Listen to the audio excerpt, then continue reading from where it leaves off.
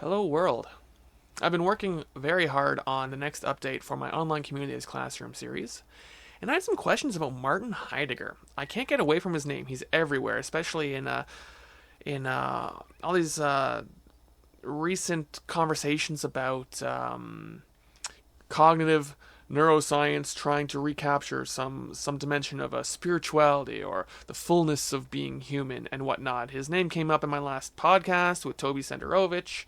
I've run into Heideggerians at conventions. They're all over YouTube right now. So I decided to ask my friend Bob Dobbs, the McLuhan-esque radio guru, about Martin Heidegger, how it is he came to be so popular in contemporary philosophy, critical theory, postmodernism, and now the cognitive sciences. So here's Bob's answer. He had to give it twice, actually, because my phone call dropped out halfway through the first one, which is all the better because it just makes it an even richer, more interesting elucidation of his perspective to that question. So enjoy. Okay, you got all these communists and aesthetes that gather around the Frankfurt School. Heidegger is, I don't think he's not part of the Frankfurt School, but the Frankfurt School needs some guy who's well-versed in philosophy but has moved from concept to percept. And McLuhan says that in Laws and Media, that Heidegger was dealing in the worlds of percept and dumping concept, and nobody knew that, and maybe Heidegger didn't know it. Only McLuhan understood what Heidegger was doing. So because he was bypassing the conceptual world and talking technically about being with the percept angle, the Frankfurt School guys who were existentialists and Marxists, that appealed to them. That they got their McLuhan through Heidegger.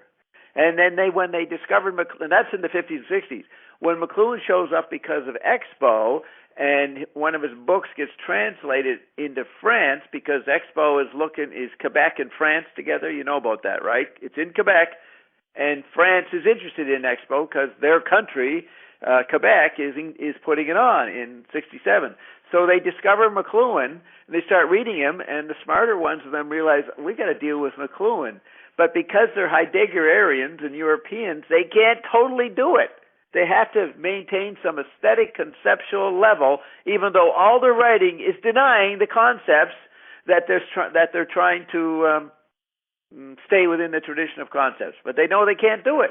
So when you go through my Classroom Without Walls, where I go through every school of media ecology, but I do a lot on Baudrillard, Lyotard, and everybody, I pick quotes out where they're saying exactly what McLuhan's saying about a perceptual media reality that's happening, yet they can't help but being highfalutin, conceptually incomprehensible to the North American in how they translate what McLuhan's seeing. So that's the Heidegger. They just can't give it up. And when you look at page 136 of Cliched Archetype, where McLuhan gives the sensory bias of about 8 cultures, the English are visual and the French are more acoustic. But what happened, because the electric global theater put every culture into a identity crisis, the British went from visual to acoustic. The Beatles, they put on the acoustic. And the French went from acoustic and put on the visual or hyper-conceptual. And that's Derrida and Deleuze and Guattari and Lyotard and Barthes. Baudrillard, not so much. He's the purest McLuhanite, and he actually wins in the 80s. He can speak better to North America than the conceptual guys.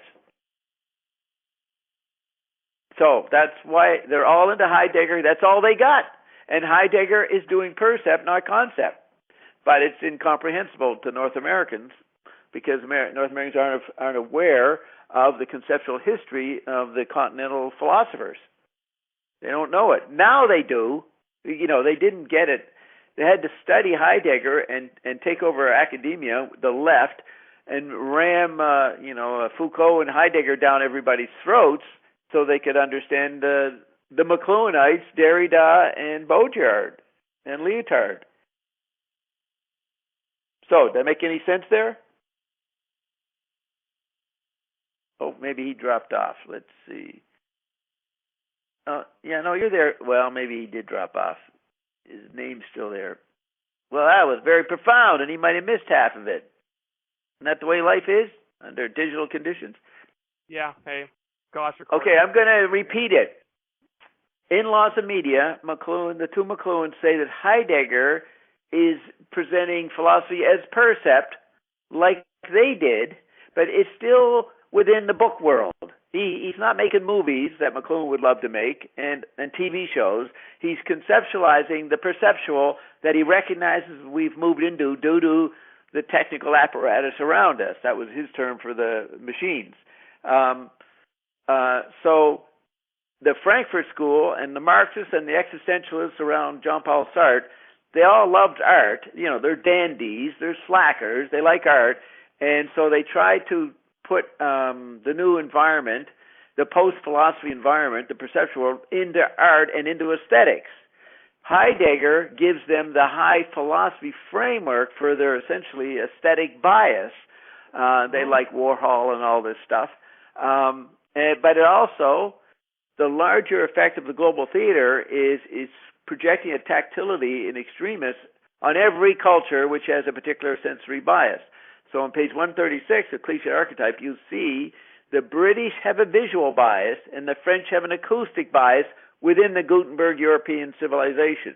The British are more visual and the French are more sensory, multisensory and acoustic. That's why they got better cooking than the English. Okay? So when you have an identity crisis in every culture flips into something else. So the British split from visual to acoustic. That's the Beatles and the rock revolution. Okay? That's visual culture saying, well, we can't be visual, let's go hyper-acoustic. So they do that with the music revolution.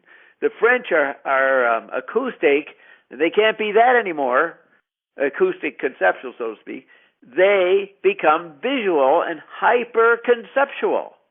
So Derrida and Barthes and Deleuze and Guattari expressed that. But what happened in 1967, so that was happening before 67, when Expo happened and Quebec impinged on Paris because they were intimate, Quebec and Paris. So here's this new festival happening in 67 that's called McLuhan's World or something. So they go, who's McLuhan? So they start reading McLuhan, who was just translated that year, and they recognize, oh, this guy's on to something, because they're basically a word people, acoustic, so they can get the acoustic thing, but they can't stop their new Band-Aid of being hyperconceptual. So they take McLuhan and hyperconceptual it, and Heidegger is their last Gutenberg reference point. They all go past Heidegger, but they get into the communications world from Barthes, and they all have this sort of peculiar semi-McLuhan approach, but they're not as blatant, anarchistic as McLuhan. They must stay in the book. So the French were acoustic culture. They now become rigorous Gutenberg book guys in the 70s and 80s, whereas the British, they don't know what to do, the academics, so they just celebrate pop culture, and they get into cultural studies. All of it McLuhan did first. So right. So Heidegger, you understand, that's the acceptable European McLuhan. And I've talked, when I used to go to William Irwin Thompson's courses in seminars in the 90s in New York at the Cathedral, there were a couple of philosophy students there. And after a while, we would go to a nice restaurant after and talk, and they'd say, why are you going on about McLuhan? The great philosopher is Heidegger. And then I would wax eloquent the way I am now and explain to them, well, Heidegger didn't make it. McLuhan did. And they, being regular university guys, they never read McLuhan. They didn't know it. And they didn't know why Thompson was taking the cue for me and talking McLuhan stuff. And they said, you're making McLuhan sound like a philosopher. Heidegger's the great philosopher. So it was really fun arguing and pointing out to them, no, Heidegger fails over here in North America. And they didn't understand me. They couldn't get it. But we didn't have that much time. You know, maybe 3 times we did this over several years. But I doubt if they went and read McLuhan. You know, they were like in their 20s and 30s, 40s, so they had locked it in that Heidegger was the guy, and they couldn't learn anything new. They didn't know Thompson was a McLuhanite. That was what was incredible. And I got Thompson to tell them. So he put out a book in '96 called Coming into Being, which was his lectures to us, our group at the cathedral. But he had spent half the year at the Terence McKenna School, both funded by Lawrence Rockefeller, the Center for Integral Studies, which had a more California psychedelic McKenna world. And Thompson didn't like that institute because the students couldn't read. They knew nothing. Now, Thompson liked books. So he came back, and in his foreword to Coming into Being, he says, I really enjoyed coming back to New York and talking to people who had book knowledge. They weren't the druggies of San Francisco. So he acknowledges we need to understand McLuhan more.